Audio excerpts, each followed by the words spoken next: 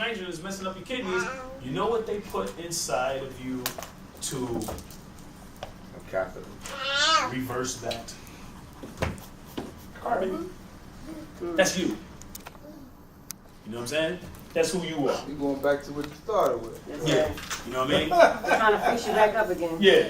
You know what I'm saying? They don't say these things though. You know what I mean? So going back to this before I forget. Right. Going back to the spinach and broccoli, what's a good replacement for that? That's For the vegetable. Spinach and broccoli?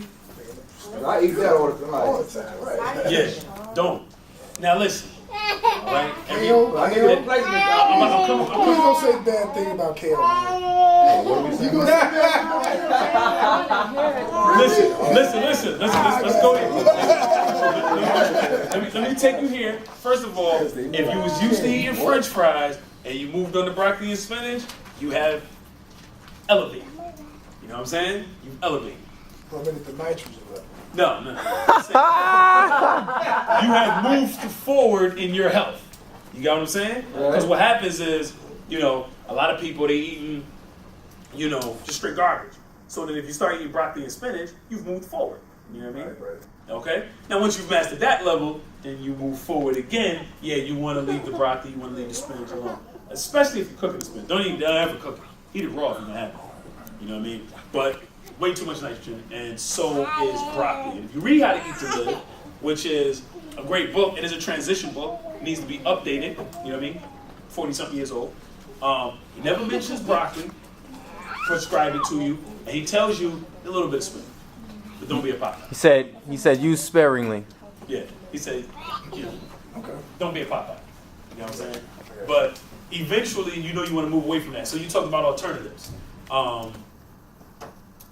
Dandelion greens, your kale, yeah. You know, you want to move away from that as well. There is a kale that's better. What's the name of that kale that's a little bit better than The lacinato or the dinosaur kale green. Okay. Well, you know how that goes. You know what happens with dinosaurs. Yeah.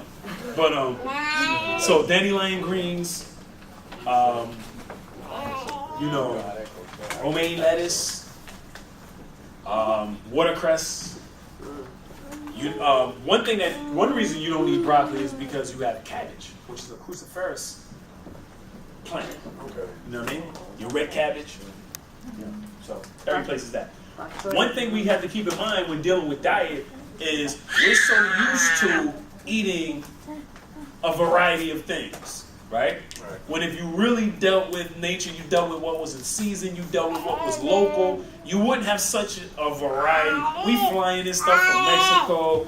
Now we have to do that to a certain extent in this part of the world. We're on a survival diet. People want to come to me for a holy grail. It ain't no holy grail. To remove the devil from the planet, from power. You know what I'm saying? Period. You know what I mean? And take back over this earth and, you know, replenish this earth. So there's no holy grail. So we're on a survival diet. You know what I mean? But we have to get out of this idea of just consuming such a variety. Keep it simple. Eat some of the same things and do it consistently. You know what I mean? But when we trying to reach out and have this and have that, that's when we get in trouble. So, nitrogen. I'm going to erase this. We good with this? I'm going to leave this up, Earth, because you look so very nice. There were two others that you named. Spinal cord. You said spinal cord, and Right. what was its what was it regulating? You mentioned the nervous Brain system. brain to body. Yeah. And what was the last brain structure? The nucleus. Pronounce this right. Accumbens. How you spell it? ACCUMBENS. Oh, What deals with motivation and reward. Just like the substantia nigra. Okay. Alright, so starts with what? let's just backtrack a little bit. Motivation and Alright, Motivation. so clearly we are, you know, stimulating our brain with an outside source. You know what I mean? Thus leaving our own brain to rely on something outside of itself to do the job it should be doing naturally. Okay? The same way, you know, if you don't work your muscles, what happens? You know, you don't use it, you lose it. That's the same thing that happens to your brain. You know what I mean? So that's one thing. Then we have nitrogen, which for original people is worse. And remember, all of this is worse for us. All of this is worse for us as melanin dominant individuals, because we receive these chemicals and then re-release it. So after we stop, because chemicals bond to melanin, so then after we stop, it's still a part of us and we're still re-releasing it in our system. So you can have somebody that's on heroin quit, right, and overdose from it 3 weeks later. You know what I mean?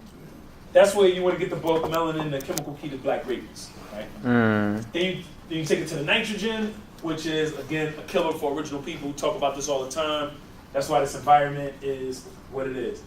Now, what we want to go into is, come on. I wonder why I would say, okay.